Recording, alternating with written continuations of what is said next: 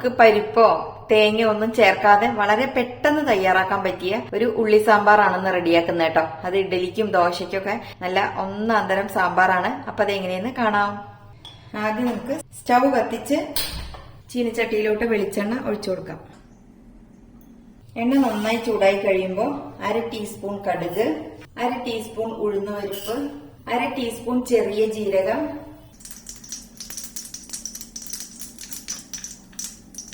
ഇതെല്ലാം പൊട്ടി കഴിയുമ്പോൾ നമുക്ക് 2 വറ്റൽമുളക് ഇതുപോലെ പൊട്ടിച്ചിട്ട് കൊടുക്കാം.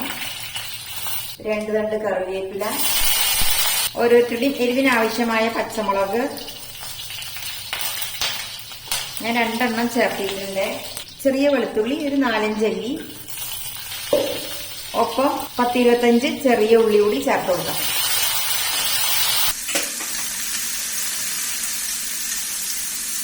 നല്ലപോലെ ഒന്ന് വഴറ്റി കൊടുക്കാം.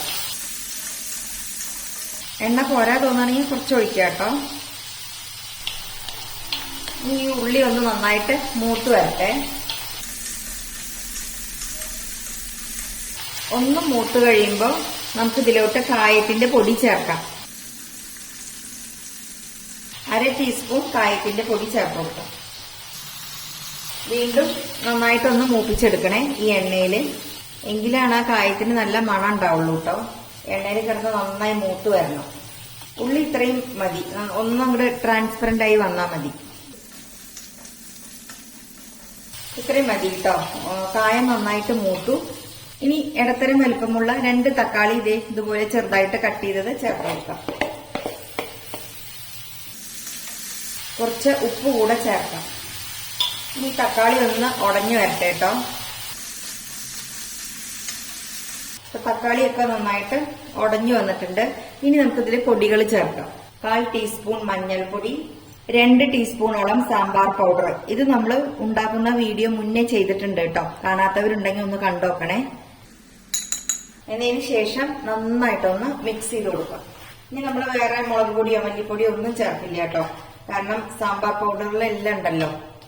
ഈ പൊടികൾ ചേർക്കുമ്പോൾ ഗ്യാസിന്റെ ഫ്ലെയിം എപ്പോഴും സിമ്മിൽ വേണം വെക്കാനായിട്ട്. 2-3 മിനിറ്റ് നമ്മൾ ചെറിയ തീയിലിട്ടിട്ട് ഒന്ന് മൂപ്പിച്ചെടുത്തു കേട്ടോ പൊടികളൊക്കെ. അതിനുശേഷം നമുക്ക് ഇതിലോട്ട് ചെറിയൊരു നെല്ലിക്ക വലുപ്പത്തിലുള്ള വാളൻപുളി 1 കപ്പ് വെള്ളത്തിൽ കുതിർത്തിയെടുത്തത് ഇതിലോട്ട് ഒഴിച്ചു കൊടുക്കാം. വീണ്ടും നന്നായിട്ട് ഒന്നുകൂടി മിക്സ് ചെയ്ത് കൊടുക്കാം.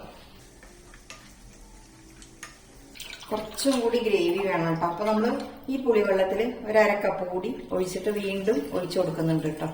ഈ പുളിയുടെ സത്ത് മുഴുവൻ എടുക്കാം. ചെറിയൊരു കഷ്ണം പുളി എടുത്താൽ മതി. പുളിയൊന്നും കൂടി പോകരുത് കേട്ടോ. സാമ്പാറിന്റെ ടേസ്റ്റ് തന്നെ മാറും. ഇനി നന്നായിട്ട് അങ്ങ് തിളക്കട്ടെ. ഇത് നമുക്ക് ഇഡ്ലിക്കൊക്കെ രാവിലെ ഉണ്ടാക്കാൻ നല്ല എളുപ്പമായിട്ടുള്ള ഒരു സാമ്പാറാട്ടോ. നല്ല ടേസ്റ്റുമാണ്. ഇനി ഇതൊരു 5 മിനിറ്റ് നന്നായിട്ട് വെട്ടി തിളക്കട്ടെ. ഇതിൽ തേങ്ങ ചേർക്കുന്നില്ലല്ലോ. അപ്പൊ നമ്മുടെ ഗ്രേവിക്ക് കൊഴുപ്പ് കിട്ടാൻ വേണ്ടിയിട്ട് നമ്മൾ കടലമാവ് ഉണ്ടല്ലോ ഇത് ചേർക്കുന്നുണ്ട് കേട്ടോ. ഇതിലിപ്പോ 2 ടേബിൾ സ്പൂൺ കടലമാവുണ്ട്. അത് നമുക്ക് 1 കപ്പ് വെള്ളത്തില് നന്നായിട്ടങ്ങ് മിക്സ് ചെയ്തെടുക്കാം. കുറേശ്ശെ മിക്സ് ചെയ്തെടുക്കാം.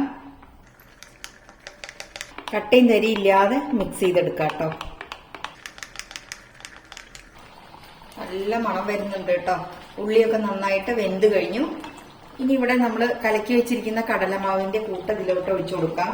ഗ്യാസിന്റെ ഫ്ലെയിം ഒന്ന് സിമ്മിലാക്കിയ ശേഷം ഒഴിച്ചു കൊടുക്കാം. ഇതിപ്പോ 1 കപ്പിലാട്ടോ നമ്മള് ഈ കടലമാവ് റെഡിയാക്കിയത്. ഇനി നമുക്ക് ഗ്രേവിക്ക് എത്ര കണ്ട് തിക്നെസ് വേണമെന്നൊക്കെ നോക്കിയിട്ട് വെള്ളം ചേർക്കാം കേട്ടോ. ഞാൻ കുറച്ചുകൂടെ ചേർക്കുന്നുണ്ട്. ഇപ്പൊ നമ്മള് 1-1.25 കപ്പ് വീണ്ടും വെള്ളം ചേർത്തി. ഇനി നന്നായിട്ട് തിളപ്പിച്ചെടുക്കുക. വെള്ളത്തിന്റെ അളവൊക്കെ നമുക്ക് എത്ര കണ്ട് ഗ്രേവി വേണം. ചിലർക്ക് നല്ലോണം ലൂസായിരിക്കണം. ഇഡ്ലിയിൽ ഇങ്ങനെ കുതിർന്ന് കഴിക്കുന്ന ആൾക്കാരുണ്ട്. അങ്ങനെയുള്ളവർക്ക് നല്ലോണം ലൂസാക്കി എടുക്കാം. അതല്ലാന്നുണ്ടെങ്കിൽ കുറച്ച് തിക്കാക്കിയിട്ട് എടുക്കാം കേട്ടോ. അതൊക്കെ ഓരോരുത്തരുടെ ഇഷ്ടം പോലെ. ഈ കടലമാവ് ചേർത്തിയാൽ തന്നെ നല്ലോണം ഗ്രേവിക്ക് നല്ല തിക്നെസ് വരും.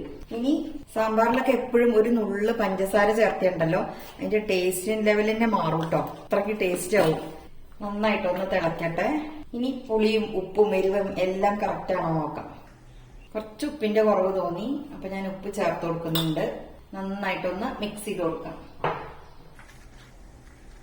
ഇത് നമ്മൾ കടലമാവ് ചേർത്തിയ ഒരു സാമ്പാറാന്ന് പറയുകയില്ല കേട്ടോ. അത് തിരിച്ചറിയുന്നില്ല. അത്രയ്ക്കും നമ്മൾ സാധാരണ ഉണ്ടാക്കുന്ന സാമ്പാറൊക്കെ ഇല്ലേ തേങ്ങയൊക്കെ അരച്ചിട്ട് ആ ഒരു ടേസ്റ്റിലേക്കും ലുക്കിലേക്കും ഒക്കെ വരുന്നുണ്ട് കേട്ടോ.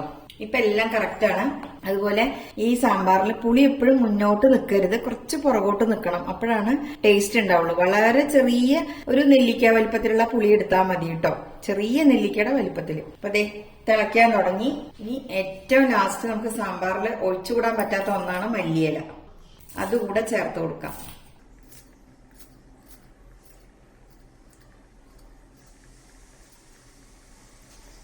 അപ്പൊ ഇത്രയേ ഉള്ളൂ. ഇനി ഗ്യാസ് ഓഫ് ചെയ്യണം കേട്ടോ. അപ്പൊ ഇതെല്ലാവരും ഒന്ന് ഉണ്ടാക്കി നോക്കണേ. എന്തെളുപ്പ, പരിപ്പ് വേണ്ട, തേങ്ങ വേണ്ട, വളരെ എളുപ്പമാണ് കേട്ടോ. മാത്രമല്ല നല്ല ടേസ്റ്റുമാണ് അത് കഴിക്കാനായിട്ട്. അപ്പൊ ഇഡ്ഡലിക്കും ദോശയ്ക്കൊക്കെ മറക്കാതെ ഉണ്ടാക്കാനായിട്ട് നോക്കണേ.